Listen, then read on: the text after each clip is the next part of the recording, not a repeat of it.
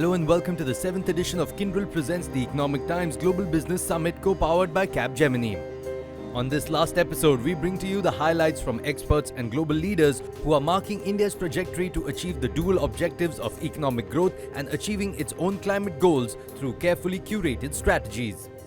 Mr. Hinduja, while we wait for the Russian and the Ukrainian crisis to be sorted out, and there are sanctions which are taking place, there will be conversation between the world leaders as well. In the interim, what we are seeing is an oil shock, an energy shock. It is also being accompanied by a huge shock in the commodity prices as well, from a nickel to a copper to everything, agri commodities, wheat at all-time highs. What is this going to mean for the world economy, this kind of inflation? Very good question. My instincts are that this is temporary and this will get sorted out. And no doubt, India has to be prepared that if things become worse, what are their alternatives? Our Prime Minister has maintained good relations with all the countries. So I think there will be a least effect on India. We should not get concerned, and this all will be sorted out, and you will find the capital markets, which have had a fall in last 1 week, is going to rebound, and it will go up. I have a lot of confidence in India. There are so many opportunities in India, and you have to understand that if you look at the age, you have more young, talented Indians. We would be committed and we love to invest more and more in India because there are great opportunities. Democracy is there. And if you look at infrastructure, you look at technology, I can give you an example. One of our peons in the Bombay office, although he is uneducated, but he's excellent in the IT business. So this is the talent, no? Mr. Hinduja, it's always a pleasure to have you at this event. Once again, you've been back. We really appreciate you taking the time out. Many thanks for joining us today. Thank you very much for inviting me. Next up, let's understand more about the Comprehensive Economic Partnership Agreement between India and the UAE, which is strengthening new investments in key sectors including energy, environment, and digital trade. The Comprehensive Economic Partnership Agreement signed recently between UAE and India is India's first bilateral trade agreement in the MENA region. Which are the areas where you think CEPA will help further trade between the two countries? We do understand that the agreement is going to boost the trade and boost our economic growth in the upcoming 10 years. And based on the numbers that we have done through our economic models, there will be a huge impact on the UAE, which is around 1.7% impact on our GDP for the upcoming 10 years, and around 0.7 on the Indian GDP for the upcoming 10 years. There will be so many sectors. We're talking about elimination of tariffs for more than 80% of our commodities that are in trade between both nations. And we know for sure it's going to have accessibilities to so many service sectors. We're talking about more than 11 sectors and more than 100 subsectors in the service sectors, which means that we're going to bring in so many business opportunities for our SMEs, investment companies, and private sector. Do you expect the CEPA to also accelerate FDI inflow from the UAE into India? Absolutely. The agreement is a win-win agreement. It's going to enhance and expand on the export and imports from both sides. It's going to have a huge flow of investments for both nations. We have already detailed some of the governance to encourage the companies and the investors, the sovereign wealth funds, to get together in certain sectors which are an interest for both nations. And we're going to work as well and capitalize on the existing governance systems through the Higher Committee on Investments, as well as the Foreign Affairs Joint Committees, in supporting and expediting the investments and the flow of the investors to India. We know that even the goods that we're going to export from UAE to India are going to be one of the main raw materials or inputs for many industries. So we know for sure It's going to create a lot of jobs and create a lot of entrepreneurs, unicorns in the Indian markets. Thank you so much, Dr. Ziuri. Thanks so much for taking time out of your busy schedule and doing this with us. Really appreciate it. Thanks so much. Thank you, Vinod. Next up, we have a special keynote address by the CEO of Rolls-Royce, Warren East. Let's listen in. We now live in a new virtual normal, and that's made it possible for all of us to come together from different parts of the world for this event. I guess that's one of the few bright spots of the global pandemic that we've all been through. We all know this pandemic has not only impacted human lives, but it's impacted economies worldwide, and economies are still feeling its impact, and that impact further affects human lives. Like many other countries, India, of course, has faced many challenges throughout the last 2 years. You don't need me to tell you that, and you don't need me to tell you that India had to display strength in controlling the spread of the pandemic, but also has demonstrated great leadership in charting a path ahead for economic expansion with a firm focus on sustainability. Now, for us at Rolls-Royce, India will continue to be an important and high potential market. We take a very long-term view.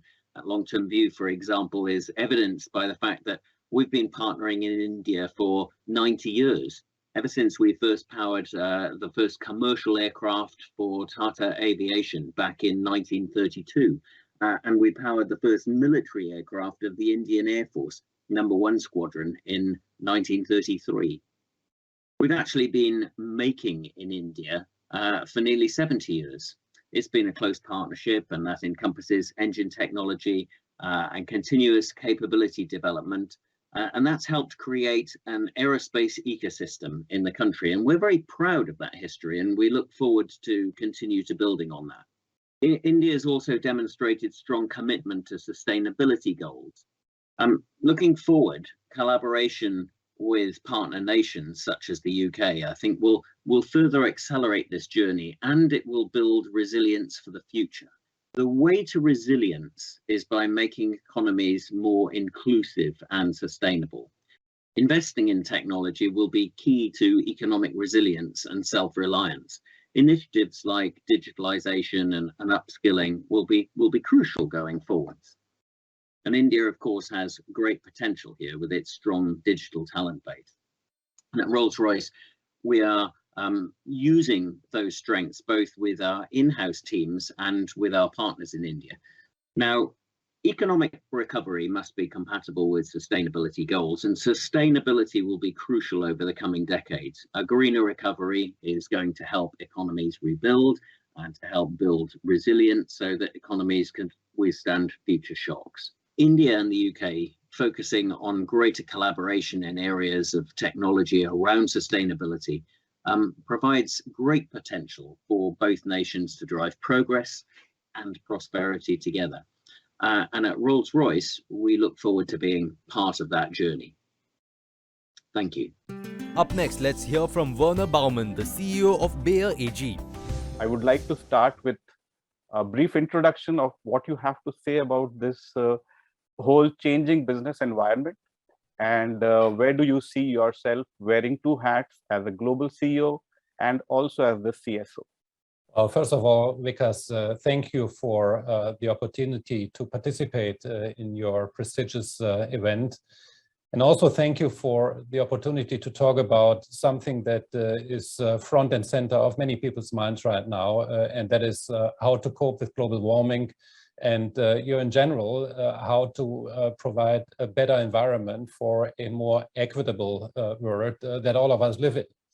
Now, having said that, Bayer has been around for almost 160 years as a company, out of which we have also been present for about 125 years in your wonderful country. Now, looking at the changes that we have seen over the last decades, it's clear that we cannot continue the way we have been operating the world over the last decades. And we simply have to take action, and business is an integral part of the solution going forward, both with the scale and the solutions that we have and the innovation that we can work on. Mr. Berman, you mentioned about your presence in India for over 125 years. I don't know how many companies would have that long a history of a strong presence. Now, having reached this huge milestone, would you be able to share some kind of a vision statement with us, particularly in India, on what exactly Bayer looks at doing? Well, India is a very important country for us, looking at the huge footprint that India has in South Asia. It starts with access to all of our products across our entire portfolio.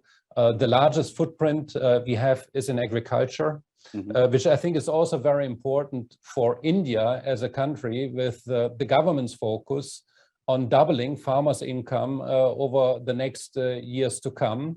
And we can play a crucial role in doing that with our products and agronomic advice, and also some digital solutions that will enable, in particular, smallholders to actually improve their livelihood and their family's livelihood significantly. Access to everyday health with our consumer health business is also on the verge. India is a very important country when it comes to clinical trials of our pharmaceuticals business. It is a very important source for products that we source in India for our manufacturing. And it's also a critically important country when it comes to running our global smallholder initiative. And last but not least, we do run a number of centers of expertise and service centers in India as well. If you look at IT, if you look at some professional services like accounting and the like. So India has been and continues to be a very, very important country for Bayer going forward, also into the next decades. Thank you so much for giving your time. Thank you. Thanks for having me.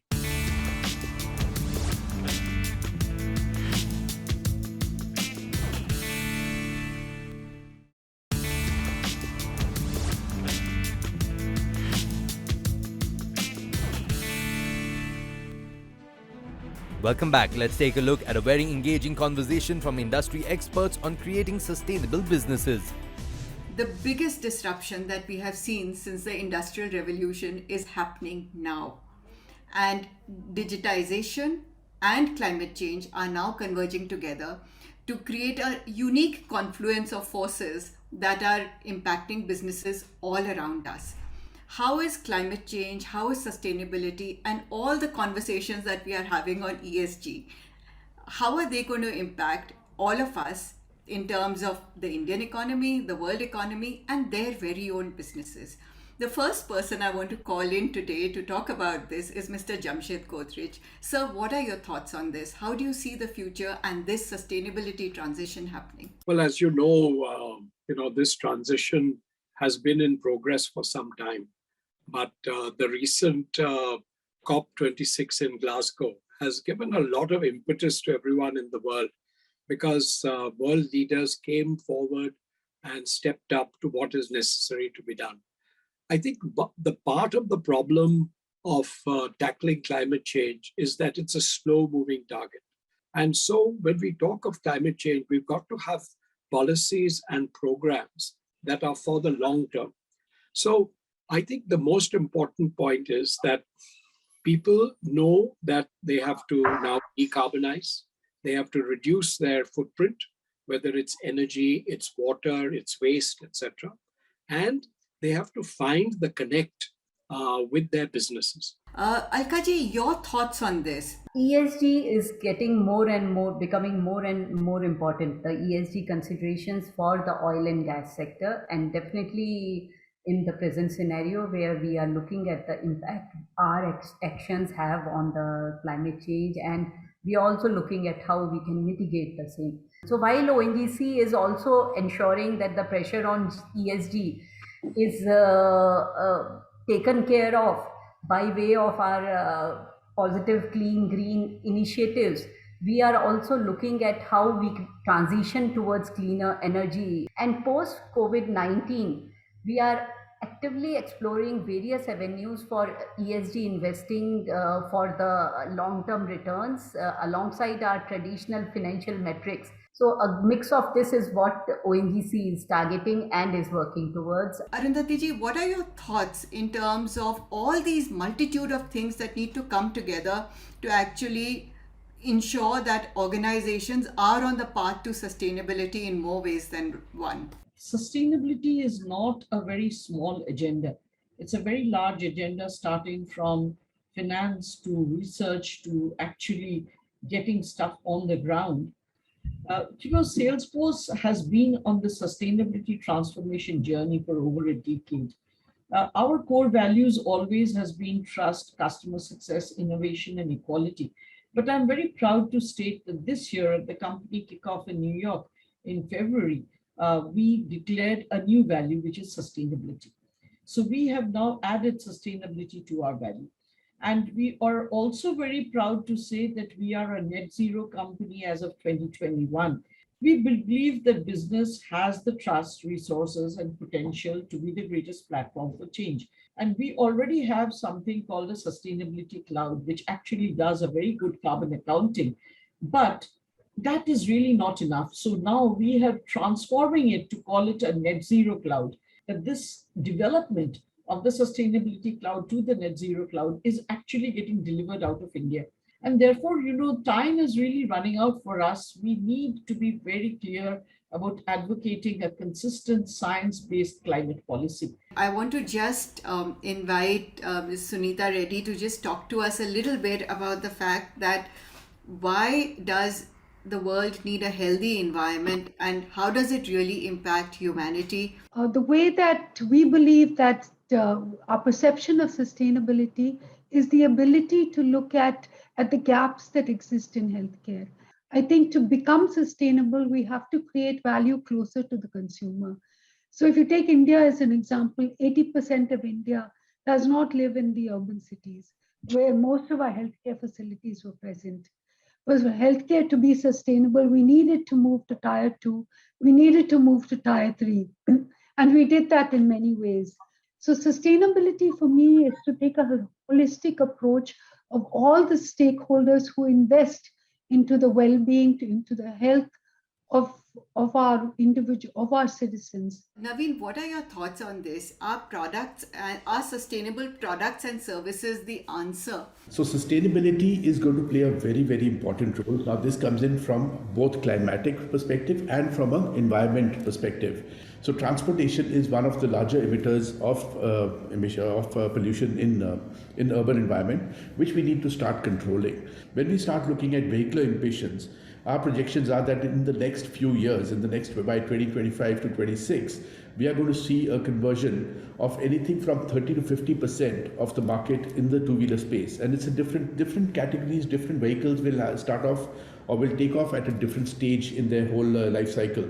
And the base of that pyramid is going to be the two-wheeler sector, simply because India rides on two-wheelers. 80% of the vehicles are two-wheelers. So we believe that going forward, there is a very, very important role that we have to play as organizations, as individuals, as cities, as urban town planners, etc., in our commutes that we do on a day-to-day basis. And how are we really commuting? Public transport, electric vehicles, these are some of the forms by which we can actually start reducing our carbon footprint. Are we going to transform our ecosystem in a positive way? Much remains to be seen. And I really hope that, by 2030, we can look back and say, we did it. Thank you so much for all your time. We're in conversation with the CEO and MD CSL, Paul Perreault. First, I want to acknowledge the enormous contribution India has made in battling the pandemic.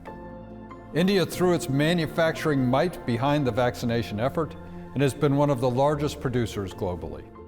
A new type of challenge sits in front of us as the world continues to emerge from the depths of the pandemic.